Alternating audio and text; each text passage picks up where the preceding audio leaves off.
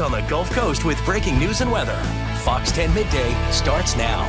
Hello, everyone, and thanks for looking into Fox 10 Midday. I'm Ashlyn Mitchell. And I'm Jennifer Lambers. And first things first, as always, let's begin with a look at our forecast. Jen, when I stepped outside today, I think the biggest difference I could tell was that humidity from today and yesterday. That is exactly right. And unfortunately, it's only going to go up from here. Great Not news. so much the niceness, but the humidity. That'll continue to tick up. You'll notice it much more over the next few days, especially by the time we get closer towards the weekend.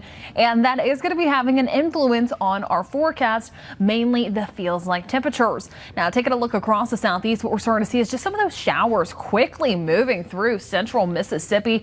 We have about a very generous 2% to see one of those isolated showers just beginning to push in, heading into the rest of today. Might even get it closer towards about 5%, mainly closer towards Washington and Clark County, but just something to keep an eye on for today. It's not going to be enough to disrupt any of those outdoor plans.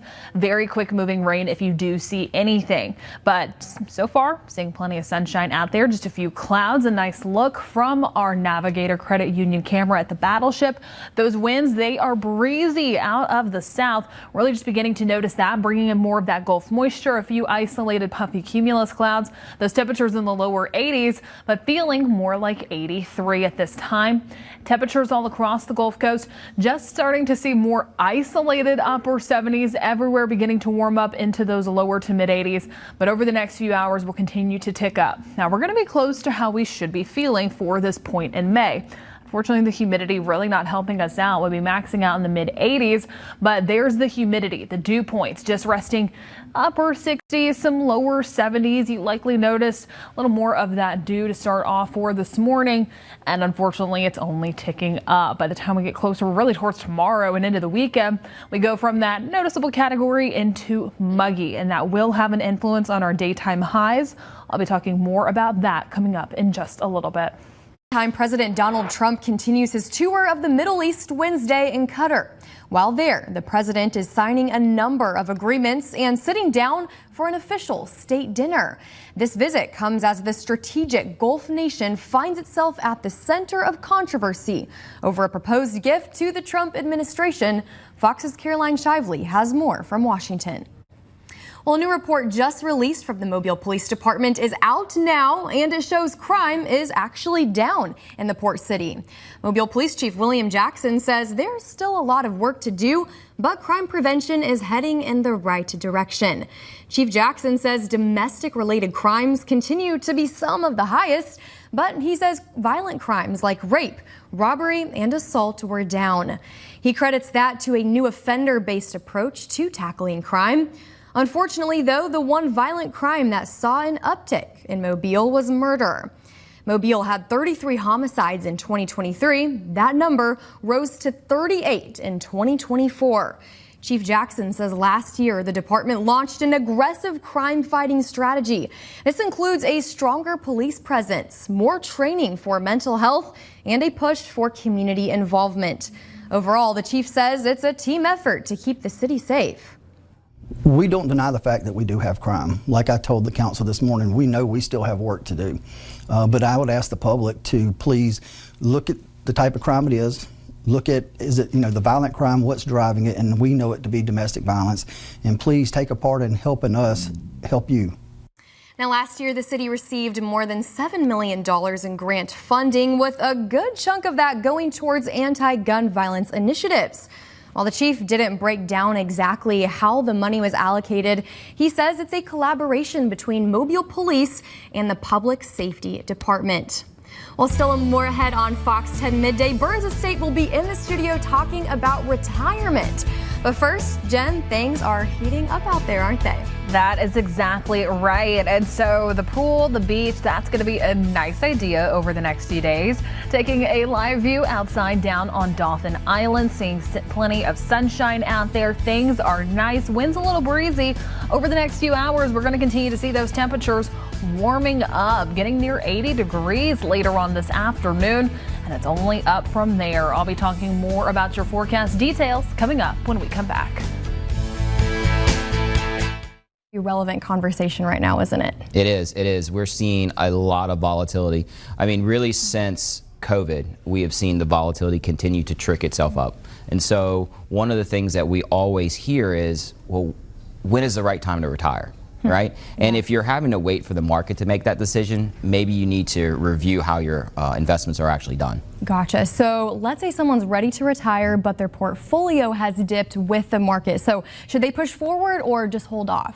I think the big thing would be to sit down and see what does that portfolio need to do. If you like sitting down with a financial advising team, you can run some income projections, you can run some tax projections, right? So maybe your portfolio can still satisfy that need, right? But if your portfolio has trended downward with the market, like step by step, maybe you just uncover that maybe you have too much risk in your portfolio for where you are stationed in life. Good reminders there. And you know, speaking of these portfolios, should retirees be changing how their money is invested with the market? Absolutely. There's three main stages of your life, right? There's the accumulation phase, there's the consolidation phase, and there's the deaccumulation phase, right? As you get within 10 years of retirement, you're leaving the accumulation stage, right? So your hierarchy of needs need to change. So your portfolio should change too, because you don't have the same amount of time to make up those losses as you did in your 30s and your 40s. So making sure your portfolio reflects that can really help take care of not the first 10 years of your retirement, it's those last 10 years that you care about. Adaptability is huge, especially now. So let's go ahead and touch on healthcare, though, which is a big concern for many retirees. You know, what should they plan for? The biggest question that we get asked is that, hey, I want to retire early. So the question that I ask back is, have you thought of how are you going to fund healthcare up until age 65, right? Because that could be a very large expense. If you are leaving the workforce and having to take on a private plan, have you accounted for that extra expense? And you know, Social Security is always a hot topic. So do you have any advice there? Yes, every year. So if you're looking at retiring early, right, do you need to activate that Social Security immediately? Because every year that you're able to push it, that Social Security increases, especially if you're able to make it to 66, 67, like full retirement age. Now that check is significantly higher than potentially what it was at age 62. And finally, you know, what about cutting those expenses for this demographic? So the hardest question I always ask our clients in that first meeting is, what's your budget, right? And no one likes that word, right? No, we don't. But if you can help me figure out what your budget is, it's the stepping stone that every other question is built off of. What your budget is, how much you should have in liquid expenses, right? If you have too little, how do you grow it? If you've got too much, is it keeping pace with inflation? Everything is built off that budget number. So it's good to say maybe once or twice a year to really sit down, take a look at finances and say, is everything in this budget I need, or is there things that are, you know, is there a subscription that I'm still using, right? Or what does this budget look like a year from now when I'm closer to retirement, right? Not wanting to take like a mortgage or something into retirement. So you would say that you guys are really that accountability for people, and that's where you step in with something like this, right? I think one of the most important jobs that a financial advisor has is able to take a look at someone's retirement assets in a non-emotional way. Do people do emotional things with their money? Absolutely, right? So being able to take a look at it from a holistic approach and saying, hey, look, here are your options to be successful, educate you on those options and helping you find the best choices really gives those clients that peace of mind to say, hey, I'm about to take a really big leap and stop working and enter into retirement. Do I feel good about that? It's a scary situation sometimes. It is. Anything else that we need to know about specifically retiring during a recession? Understand how much risk you're taking proportionate to the market. That's the number one thing. Educate yourself. There is never a day that should go by that you don't learn something, and especially as you get closer and closer to retirement, focusing on the financial side of your life. Really that kind of, hey, I'm going to retire one day, I'm going to push it really far down the road. Well, you can see it now. So what are some steps that you need to take? Maybe you've always managed it yourself and you've done really, really well, but maybe it may make sense to sit down with a financial advising team to help answer some of those deeper questions just so that you feel confident to take that next step. Thanks for your help there. That's super helpful, and this full interview will be posted on our website if this piques your interest at fox10tv.com. And Chris, as always, thank you for being here. Thank you for having me. Stephen, thank you. Well, coming up, Barbie's got you covered for summer cocktails. That story and more in your business news also. I am here at the Alabama Gulf Coast Zoo. In just a few minutes, I'll be inside enjoying one of their animal adventures. So come along with me, but we'll have more after the break. And also taking another look at your forecast, a live view outside down in Orange Beach, and things are looking nice in southern Baldwin County. Just starting to see a little bit more of those rough waves out there. Just be cautious over the next few days, but I'll talk more about your forecast coming up when we come back. DJ Papa has those stories and much more in your Wednesday Business Headlines. From leaping lemurs to tortoises taking their time, there's an animal adventure waiting for you in Gulf Shores. Vanessa is live this morning at the Alabama Gulf Coast Zoo, where she's making a few new friends.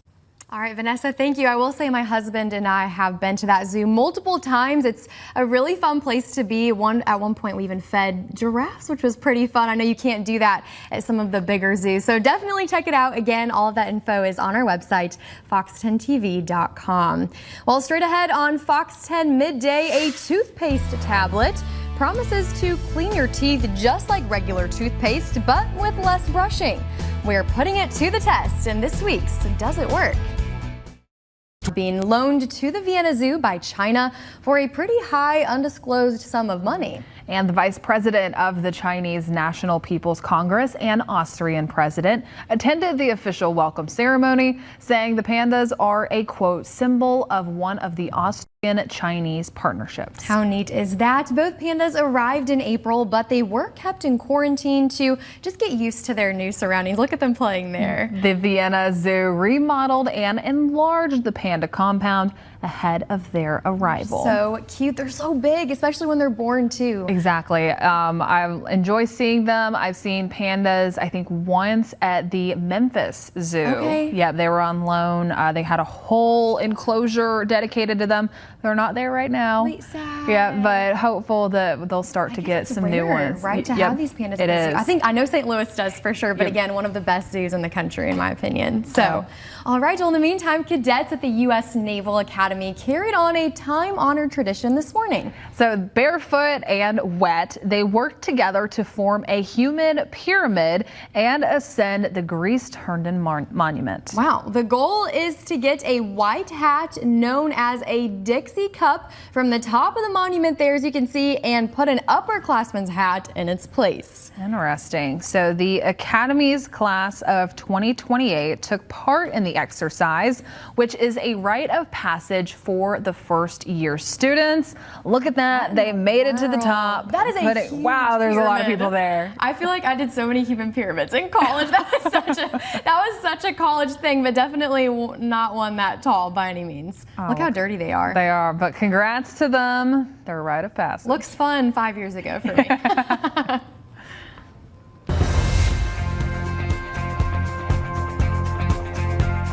Well, it's about the size of a mint, but it's supposed to give you the same results as traditional toothpaste by foaming, dissolving, and just cleaning your teeth. Rachel Hackbarth puts it to the test, and this week's Does It Work? Usually dental hygienists are telling patients how to brush their teeth, but the tables are turning for this Does It Work test. We're trying out the Huppy toothpaste tablets with Christina Folk and Mariah Scott. Basically, you're supposed to just put it in your mouth, chew it, and then whatever the rest of the directions say, but it should be really easy. They just look like little mints. We get 62 of those little tablets for $15.99. Wet your toothbrush and brush as usual. Smile, rinse, and repeat daily. I'm scared to chew. Okay, ready? Okay. Are they hard to chew or easy?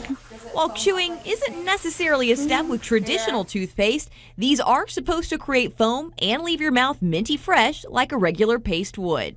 No. It tastes like a Girl Scout cookie mint flavor. Tastes like toothpaste, but how does it feel? It feels like toothpaste. Fresh and minty. Yeah.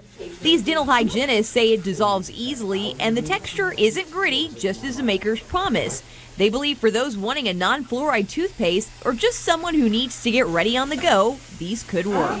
I don't like the grainy of it at first. I'd use it again if I was on the go. For Does It Work? I'm Rachel Hackbarth. Now, I do have some friends that actually use those tablets and really like them.